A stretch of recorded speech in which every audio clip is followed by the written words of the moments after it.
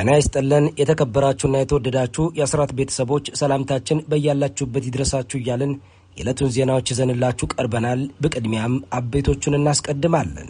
በዋግምራ ምድር የተቀጣጠለውና ለ7 ሰዓታት የዘለቀው የሰቆጣ ዙሪያ አውደ ውጊያ በድል መጠናቀቁ ተገለጸ። የምኒልክ ዕዝ የ303ኛ አሳምነው ኮር የነበልባል ክፍሎች በሐሙሲት ከተማ ባደረሱት ጥቃት የጠላትን አከርካሪ በመበጣጠስ ታላቅ ጀብዱ መፈጸማቸው ተሰምቷል። የግንባር መረጃው ተሰናድቷል። በቋራና በመተማ ግንባር ያገዛዙ ሰራዊት በፋኖ ምት ከፍተኛ ኪሳራ አስተናገደ። የመይሰው ካሳ 2ኛ ኮር በቋራና በመተማ ግንባሮች የምርጫ ቅስቀሳ ለማድረግ ሲንቀሳቀሱ በነበሩ ያገዛዙ ጥምር ሰራዊት ላይ በሰነዘረው ድንገተኛ ጥቃት ከፍተኛ ድል ማስመዝገቡንም አስታውቋል። ለ4 ሰዓታት በዘለቀው በዚህ አውደ ውጊያ ያገዛዙ ኃይል ሙትና ቆስለኛ ሰራዊቱን በመተው ወደ መጣበት መሸሹ የተገለጸ ሲሆን ፋኖ በቀጠናው የከፈተውን የከበባ ኦፕሬሽንም አጠናክሮ መቀጠሉ ተገልጿል። ተጨማሪውን ይዘናል። በአዲስ አበባ ከተማ ከ100 በላይ ወጣቶች በብልጽግናው አገዛዝ መታሰራቸው ተሰማ። በአሁኑ ወቅትም በከተማው ዋና ዋና መዝናኛ ስፍራዎች ላይ አገዛዙ ህዝቡን ፍርሃት ውስጥ ለማስገባት እንቅስቃሴ መጀመሩ ታውቋል። ይህም ቢሆን ግን ታዛቢዎች ሁኔታው ሊፈነዳ የተቃረበ የህዝብ ቁጣ መሆኑንና በማንኛውም ሰዓት አደገኛ የከተማ አመጽ ሊቀሰቀስ እንደሚችል ስጋታቸውን ገልጸዋል። ዝርዝሩ ተሰናድቷል፣ ታድምጡታላችሁ። የአንድ ቀኑ የዲፕሎማሲ ተስፋ በ24 ሰዓት ውስጥ በጦርነት ደመና ተተክቷል። ለንግድ መርከቦች ክፍት መሆኑ ታውጆ የነበረው ስትራቴጂካዊው የሆርሙዝ ሰርጥ አሜሪካና እስራኤል በኢራን ላይ የጣሉትን የባህር ላይ ከበባ ለመቀጠል በመወሰናቸው ምክንያት ዳግም በይፋ ተዘግቷል። ቴሄራን የባህር ላይ ወንበዴነት ስትል የጠራችው የአሜሪካ ከበባና ዋሽንግተን የቦምብ ናዳ በማለት የሰነዘረችው ማስጠንቀቂያ የነዳጅ ገበያውንም ክፉኛ እያናወጠው ይገኛል። እስራኤልን ጨምሮ 3ቱ ኃያላን የገቡበት ይህ ጦርነት መጪውን ረቡዕ የመካከለኛው ምስራቅ ዕጣ ፈንታ የሚወሰንበት የታሪክ መስቀለኛ መንገድ ላይ አቁሞታል። ዝርዝሩ ተሰናድቷል። እነዚህንና ሌሎች መረጃዎችን ይዘናል። በድጋሚ አብራችሁን ቆዩ እያለን በቀጥታ ወደ ዝርዝር መረጃዎቹ እናመራለን።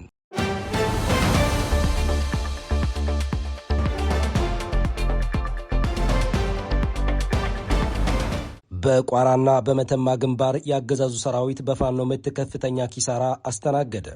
የመይሰው ካሳ 2ኛ ኮር በቋራና በመተማ ግንባሮች የምርጫ ቅስቀሳ ለማድረግ ሲንቀሳቀሱ በነበሩ ያገዛዙ ጥምር ሰራዊት ላይ በሰነዘረው ድንገተኛ ጥቃት ከፍተኛ ድል ማስመዝገቡን አስታውቋል። ለ4 ሰዓታት በዘለቀው በዚህ ውጊያ ያገዛዙ ኃይል ሙትና ቁስለኛ ሰራዊቱን በመተው ወደ መጣበት መሸሹ የተገለጸ ሲሆን ፋኖ በቀጠናው የከፈተውን የከበባ ኦፕሬሽን አጠናክሮ መቀጠሉም ተገልጿል። ያገዛዙ ኃይል መነሻውን ከቋራ ደለጎና ከመተማ ሽንፋ በማድረግ ወደ ሰልፈረዲ አካባቢ የምርጫ ቅስቀሳና የማታለል ተግባር ለመፈጸም ሲንቀሳቀስ የነበረ ቢሆንም መረጃውን ቀድሞ ሲከታተል በነበረው የካራማራ ክፍለ ጦር ሬጅመንት በተፈጸመበት ጥቃት ከፍተኛ ኪሳራ አስተናግዷል ተብሏል። ከቀኑ 7 ሰዓት ጀምሮ በሁለቱም አቅጣጫ በተያዘ የደፈጣ ጥቃት የተጀመረው ውጊያ ወደ መደበኛ ውጊያ ተቀይሮ እስከ 11 ሰዓት ድረስ የቀጠለ ሲሆን የአገዛዙ ወንበር ጠባቂ ሰራዊት የፋኖን ክንድ መቋቋም አቅቶት ሙትና ቁስለኛውን እያዝረከረከ ወደ መጣበት ለመፈርጠጥ መገደዱ ተገልጿል። በዚህ ለ4 ሰዓታት በዘለቀው ለአስጨራሽ አውደ ውጊያ ከ20 በላይ ያገዛዙ ወታደሮች ሲደመሰሱ ከ12 በላይ የሚሆኑት ደግሞ መቁሰላቸውን ክፍለ ጦሩ ለአስራት ባደረሰው የግንባር መረጃው አስታውቋል። ውጊያውን በቦታ ሆኖ ሲከታተል የነበረው የክፍለ ጦሩ ምክትል ህዝብ ግንኙነት አርበኛ ቴዎድሮስ በግንባር መረጃው እንደገለጸው በጥቃቱ ጠላት በቀጠናው ሊያካሄድ የነበረውን የምረጡኝ ቅስቀሳ ዲስኩርና የመዝረፍ እኩይ ተግባር ሙሉ በሙሉ እንዲከሽፍ ተደርጓል ብሏል። ከመጀመሪያው ዙር ጥቃት በኋላም ሌሎች የክፍለ ጦሩ ሬጅመንቶች ወደ ቀጠናው በመንቀሳቀስ ጠላትን ከበባ ውስጥ ማስገባታቸው የተገለጸ ሲሆን ይህም የአገዛዙን ሰራዊት ይበልጥ ውጥረት ውስጥ እንዲገባ አድርጎታል ተብሏል። የፋኖ ተጋድሎም ከጊዜ ወደ ጊዜ እያሳየ የመጣው ወታደራዊ እድገት ስልታዊ በሆነ የእዝ ሰንሰለትና በላቀ የውጊያ ስነ ልቦና ላይ የተገነባ መሆኑን በተግባር እያረጋገጠ ይገኛል። ፋኖም ቀደም ሲል ከሚታወቅበት የደፈጣ ጥቃት ስልት ባለፈ አሁን ላይ ሰፊ ቀጠናዎችን በአንድ ጊዜ መቆጣጠርና የጠላትን መደበኛ ጦር ፊት ለፊት ገጥሞ የመደምሰስ ወታደራዊ ብስለትና አቅም ላይ መድረሱም ተመላክቷል። የአማራ ፋኖ ብሔራዊ ንቅናቄ ጎንደር ጠቅላይ ግዛት ዕዝ በላይ ዘለቀ ዕዝም መዳረሻው ድልና ነጻነት የሆነው የህዝባችን የህልውና ተጋድሎ ተጠናክሮ ይቀጥላል ሲል በመረጃው አረጋግጧል።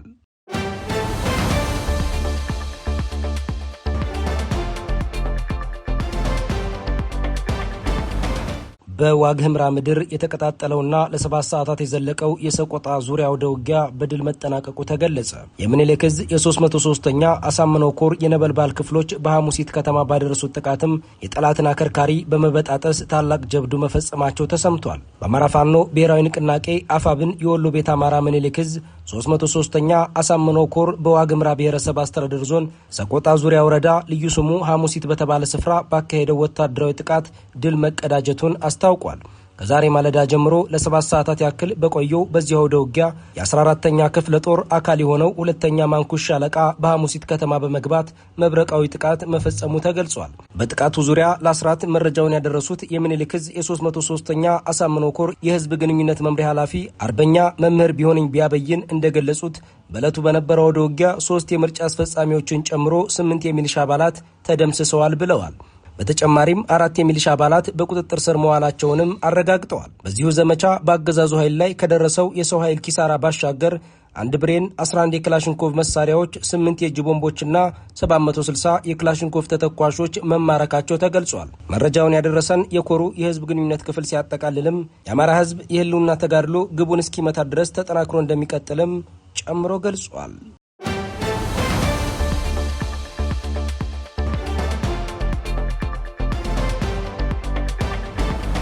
በአዲስ አበባ ከተማ ከ100 በላይ ወጣቶች በብልጽግናው አገዛዝ መታሰራቸው ተሰማ። በአሁኑ ወቅትም በከተማው ዋና ዋና መዝናኛ ስፍራዎች ላይ አገዛዙ ህዝቡን ፍርሃት ውስጥ ለማስገባት እንቅስቃሴ መጀመሩ ታውቋል። ይህም ቢሆን ግን ታዛቢዎች ሁኔታው ሊፈነዳ የተቃረበ የህዝብ ቁጣ መሆኑንና በማንኛውም ሰዓት አደገኛ የከተማ አመጽ ሊቀሰቀስ እንደሚችል ስጋታቸውን ገልጸዋል። ዝርዝሩ እንደሚከተለው ይቀርባል። የድምፃዊ ቴዎድሮስ ካሳሁን አልበም በአዲስ አበባ ከፍተኛ ፖለቲካዊ መነቃቃት መፍጠሩ እየተነገረ ነው። አገዛዙ በዚህ አልበም ምክንያት ከ100 በላይ ወጣቶችን ያሰረ ሲሆን ምክንያት የተባለውም የቴዎድሮስ ካሳሁን ሙዚቃን አዳምጣቸዋል የሚል ነው። ይህም ቢሆን ግን አገዛዙ በሰጠው ምላሽ ወጣቶቹ የታሰሩት ሙዚቃ ስላዳመጡ ሳይሆን መጪውን ምርጫ ለማደናቀፍ በመስራታቸው ነው የሚል ምላሽ ሰጥቷል። ይህን ተከትሎም በአዲስ አበባ ከፍተኛ ውጥረት የነገሰ ሲሆን አብዮት የሚቀሰቅስ ህዝባዊ አመጽ በከፍተኛ ደረጃም ተሰግቷል። የብልጽግና የፕሮፓጋንዳ መዋቅሩ የተናጋበት የአብይ አህመድ አገዛዝ አስቸኳይ ያላቸውን የመፍትሄ አቅጣጫዎችን ማስቀመጡም እየተነገረ ነው። የመጀመሪያው የደህንነት ተቋሙ ከፍተኛ አሰሳ በማድረግ በሙዚቃው ምክንያት የሚጠረጠሩ ሰዎችን እስር ቤት ማስገባት ነው። ሌላኛው አቅጣጫ ደግሞ አዳዲስ ያገዛዙ የሙዚቃ ስራዎች ቶሎ በመውጣት በድምፃዊ ቴዎድሮስ ካሳሁን ላይ እንዲዘምቱ ማድረግ ነው። ይህን ተከትሎም ዮሳን የተባለው ያገዛዙ ድምፃዊ በድምፃዊ ቴዎድሮስ ካሳሁን ላይ ዘመቻ የሚመስለውን ስራውን አቅርበዋል። አብይ አህመድ የሰበሰባቸው እነዚህ ቅልብተኛ ያገዛዙ ደናሾች አዲስ ነገር ባይፈጥሩም አገዛዙ በከፍተኛ ሁኔታ መረበሹን ግን ለህዝብ አሳብቀዋል። አብይ አህመድ በድምፃዊ ቴዎድሮስ ካሳሁን ላይ ምን አይነት እርምጃ ሊወስድ ይችላል የሚለው ጥያቄ ግን እንደቀጠለ ነው። በርካቶች ምንም አያመጣም የሚል እምነት ቢኖራቸውም ጥቂቶች ግን አብይ አህመድ በዚህ ደረጃ ተዋርዶ አርፎ አይቀመጥም የሚል ስጋታቸውን ከወዲሁ በመግለጽ ላይ ይገኛሉ።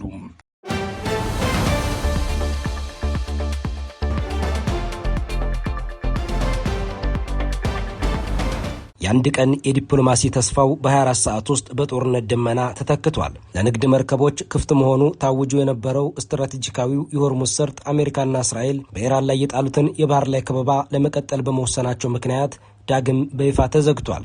ቴሄራን የባህር ላይ ወንበዴነት ስትል የጠራችው የአሜሪካ ከበባና ዋሽንግተን የቦምብ ናዳ በማለት የሰነዘረችው ማስጠንቀቂያ የነዳጅ ገበያውን ክፉኛ እያናወጠው ይገኛል። እስራኤልን ጨምሮ 3ቱ ሀያላን የገቡበት ይህ ጦርነት መጪውን ረቡዕ የመካከለኛው ምስራቅ ዕጣ ፈንታ የሚወሰንበት የታሪክ መስቀለኛ መንገድ ላይ አቁሞታል። ባለፉት 24 ሰዓት ውስጥ በመካከለኛው ምስራቅ የታየው ዲፕሎማሲያዊና ወታደራዊ ድራማም ዓለምን ግራ አጋብቷል። ኢራን የሆርሙዝ ሰርጥን ለተኩስ አቁም ጊዜ ክፍት አድርጌያለሁ ካለች ከጥቂት ሰዓታት በኋላ አሜሪካ በጣለችው የባህር ላይ ከበባ ምክንያት ውሳኔዋን ቀልብሳ ሰርጡን በድጋሚ መዝጋቷን አስታውቃለች። በፓኪስታን አሸማጋይነት በአሜሪካና በኢራን መካከል የተደረሰው የ2 ሳምንት የተኩስ አቁም ስምምነት ፍሬ እያፈራ ይመስል ነበር። ሳምንቱም የጀመረው በተስፋ ነበር። የኢራን የውጭ ጉዳይ ሚኒስትር አባስ አራግቺ ሰርጡ ለንግድ መርከቦች ክፍት መሆኑን ሲያውጁ ፕሬዚዳንት ዶናልድ ትራምፕም በበኩላቸው አመሰግናለሁ የሚል ምላሽ ሰጥተው ነበር። ሆኖም ግን ይህ ማርና ወተት የመሰለ ንግግር ብዙም አልዘለቀም። ትራምፕ የኢራን ወደቦች ላይ የተጣለው ከበባ እንደሚቀጥል ማረጋገጣቸው ቴሄራን ነገሩን እንደ ባህር ላይ ወንበዴነት እንድትመለከተው አድርጓታል። የኢራን እስላማዊ አብዮታዊ ዘብ IRGC ዛሬ ባወጣው መግለጫ ሰርጡን የመቆጣጠር እርምጃው ወደ ቀድሞ ሁኔታው ተመልሷል ብሏል። ይህ ማለት ምንም አይነት የንግድ መርከብ ያለ ኢራን ፍቃድ አያልፍም፣ አሜሪካ በኢራን ወደቦች ላይ የጣለችው ከበባ እስካልተነሳ ድረስ ሰርጡ ዝግ ሆኖ ይቆያል እንደማለት ነው። በአካባቢው ያለው ወታደራዊ ዝግጁነትም ወደ ከፍተኛ ደረጃ ስጋት ተመልሷል። ፕሬዚዳንት ትራምፕ በበኩላቸው እስከ መጪው ረቡዕ ድረስ ስምምነት ካልተፈረመ የቦምብ ናዳ እንደሚያወርዱ ዝተዋል። ይህም ቀጣዮቹ ጥቂት ቀናት ቀጠናው ወደ ሰላም ወይስ ወደ መጠነ ሰፊ ጦርነት ያመራል የሚለውን የሚወሰንበት ወሳኝ ወቅት ያደርገዋል።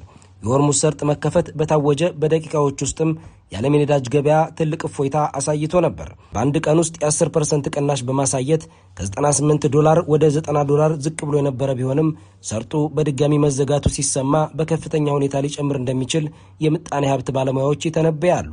የሆርሙዝ ሰርጥ ዝግ መሆን ማለት የዓለም የነዳጅ አቅርቦት ቧንቧ እንደ መታፈን ይቆጠራል ያሉት ባለሙያዎቹ የዋጋ ንረቱን ወደ $120 እና ከዚያ በላይ ሊሰቅለው ይችላል ብለዋል። የተኩስ አቁም ስምምነቱ ረቡዕ የሚጠናቀቅ ሲሆን አሜሪካ የባህር ላይ ከበባውን አላነሳም ስትል፣ ኢራን ደግሞ የንግድ መስመሩን አልከፍትም በማለት አቋም ይዘዋል። የሁለቱ ሀገራት ፍላጎትም እጅግ የተራራቀ ሆኗል። አሜሪካ ከበባውን እንደማታነሳ ስታረጋግጥ፣ ኢራን ደግሞ ያለ ከበባ መነሳት ሰርጡን እንደማትከፍት እየገለጸች ነው። በአሁኑ ሰዓትም ዓለም በሙሉ ትኩረቱን በተኩስ አቁሙ ማብቂያ ቀን ረቡዕ ላይ አድርጓል። ይህ ቀን ወይ አዲስ የሰላም ስምምነት የሚፈርምበት አሊያም መካከለኛው ምስራቅ ወደ ከፋ ወታደራዊ ግጭት የሚያመራበት ወሳኝ የታሪክ ምዕራፍ ይሆናል ተብሎ ይጠበቃል። ኢራን የባህር ላይ ወንበዴነት ስትል የጠራቸውን የአሜሪካ ከበባም በእስራኤል በኩል እንደ ፍትሐዊ እርምጃ እንደሚወሰድ ተነግሯል።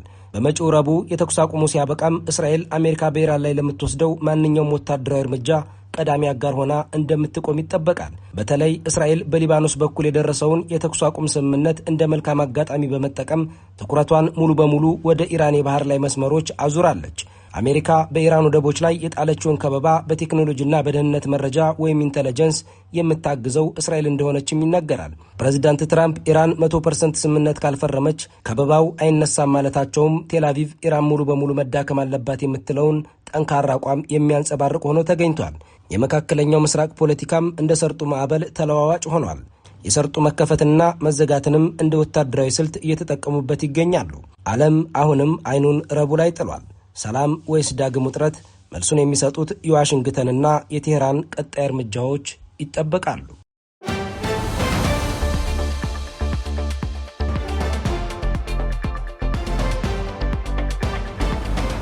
ክቡራትና ክቡራን ቤተሰቦቻችን ለዛሬ ሚያዝያ 10 2018 ዓ.ም የተሰናዱ መረጃዎቻችን የተከታተላችኋቸውን ይመስሉ ነበር። አብራችሁን ስለቆያችሁ ልባዊ ምስጋናችን ይድረሳችሁ እያለን በዚሁ እንሰናበታለን። አስራት ብሮድካስት ሰርቪስ